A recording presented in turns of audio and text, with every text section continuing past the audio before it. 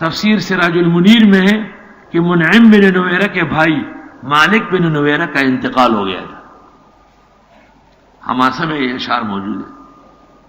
تو منعم بن نویرہ ہر تازی قبر پر جا کر اپنے بھائی کو یاد کر کے روتا تھا.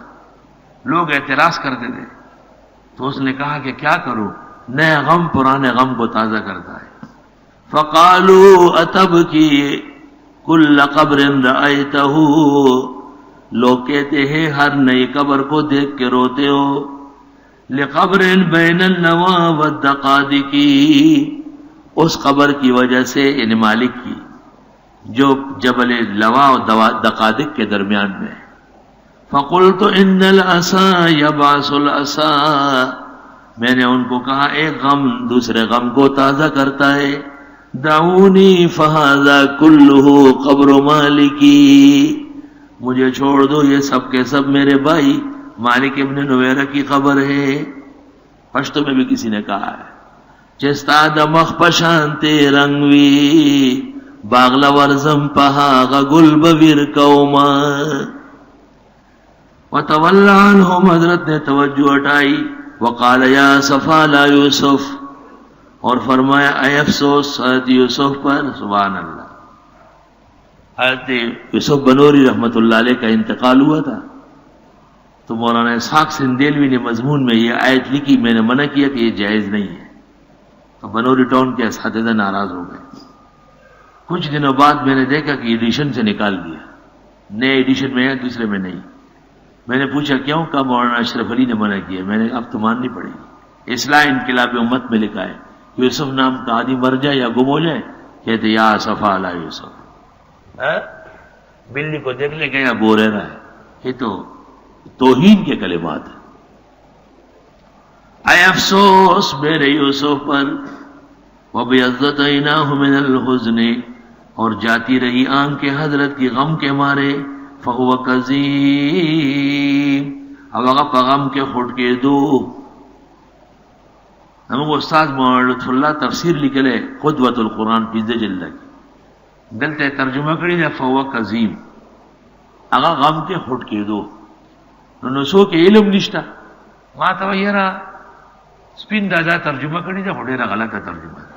میں ایسی لکلی جگہ خوٹے خوٹے کے دو. ظاہر ہے شمیرہ چھتا غلطی بیشوی. استاد محترم مولانا عبدالحنان سے انتہائی ذہین سڑے. حضرت رنگ تک سر شو خبر ہے.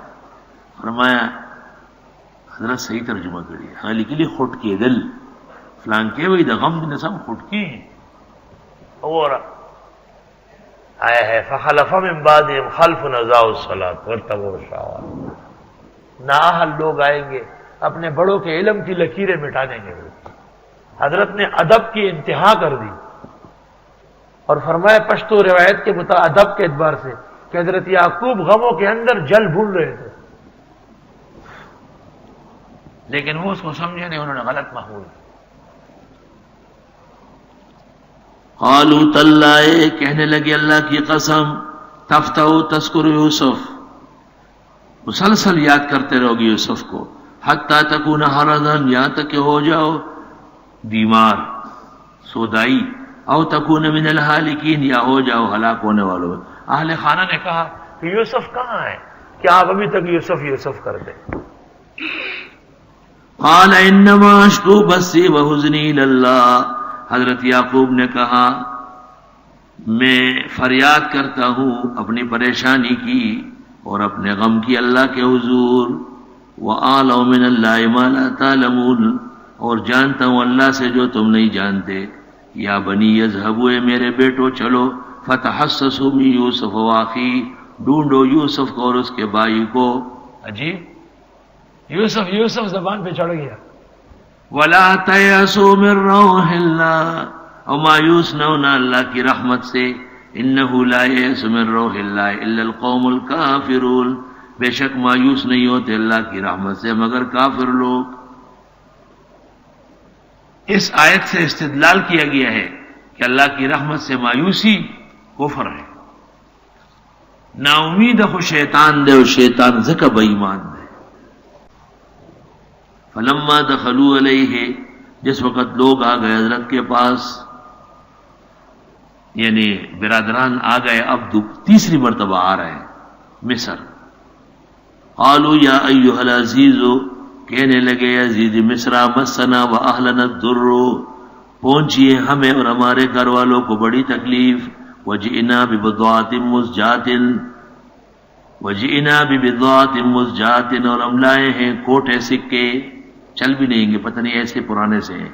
فاوف لنا الکیل، پس آپ پورا دے پیمانہ، وتصدق علینا، خیرات بھی دے. ان اللہ یجزی المتصدقین، بے شک اللہ جزا دیتے ہیں خیرات کرنے والوں کو. ملیات نہیں کہنا خیرات نہ گاڑی، مصر بادشاہ تو خیرات نہ وزرا کا. یہاں تعجب کیا گیا، تعجب اس بات پر کیا گیا کہ اس دفعہ انہوں نے حضرت یوسف کا ذکر ہی نہیں کیا، یعنی بنیامین کے بارے میں حضرت یوسف کی خدمت میں بتا ہی نہیں رہے. اس کی وجہ یہ تھی، مفسرین لکھتے ہیں کہ حضرت یعقوب نے ان کو کہا کہ تم کوئی بات نہ کرنا، میرا خط دینا. اور حضرت یعقوب نے یہ خط لکھا ہے جو تفسیر قرطبی جلد 9 صفحہ 256 اور تفسیر مظہری جلد 5 صفحہ 197 پر شائع ہے. میں قرطبی کا خط پڑھ رہا ہوں، وہ مختصر ہے. حضرت عبداللہ ابن عباس کہتے ہیں کتب یعقوب الیہ یطلب رد ابنی، یعقوب نے خط لکھا عزیز مصر کو کہ میرا بیٹا واپس کرو. اور خط اس طرح ہے، من یعقوب صفی اللہ ابن اسحاق ذبیح اللہ ابن ابراہیم خلیل اللہ الی عزیز مصر. اما بعد فإن اہل بیت بلاء و محن، ہم پیغمبروں کا گھرانہ پریشانیوں کا ہے. ابتلی اللہ جدی ابراہیم بن نمرود و نارہ، میرے دادا ابراہیم کو نمرود نے آگ میں ڈالا. ثم ابتلی ابی اسحاق بالذبح، پھر میرے والد اسحاق بیت المقدس میں ذبح کے لیے پیش ہوئے. ثم ابتلانی بولد کانت لی احب اولادی الی، پھر میرا ایک بیٹا تھا جو بہت محبوب تھا. حتی کف بصری من البکا، اس کے گم ہونے پر بینائی چلی گئی. وانی لم اسرق، میں چور نہیں. ولم الد سارقا، اور نہ مجھ سے چور پیدا ہوتے. والسلام. اور مظہری میں ہے کہ حضرت نے یہ الفاظ لکھے، اگر آپ نے میرا بیٹا چھوڑ دیا تو میں دعا کروں گا، ورنہ ایسی بد دعا کر دوں گا کہ تیری 7 پشتیں غرق ہو جائیں گی. اللہ.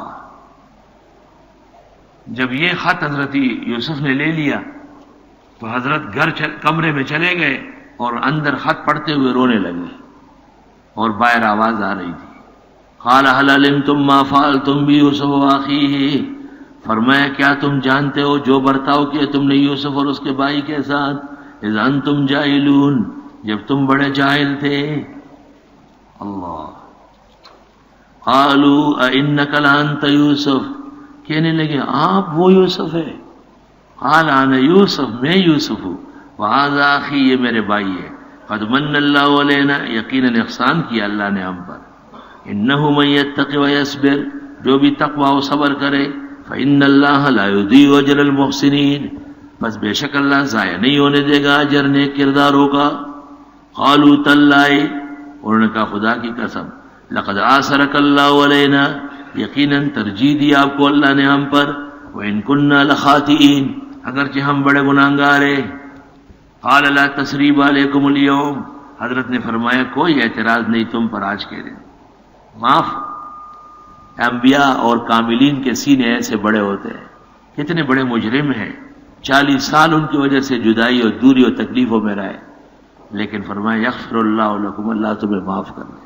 وہو ارحم الراحمین، وہ خوب رحم کرنے والے ہیں.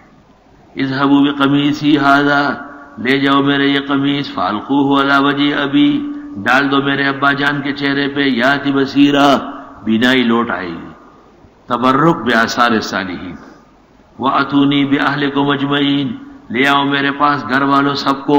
سب وہاں سے منتقل ہو کے بس مصر آ جاؤ، چھوڑ دو شام وہاں.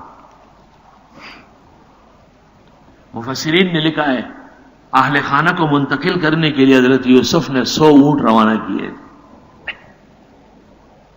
100 اونٹ روانہ کیے کہ ان کو اعزاز و اکرام سے میرے والدین کو اور خاندان کے بزرگوں کو سب کو لے آؤ۔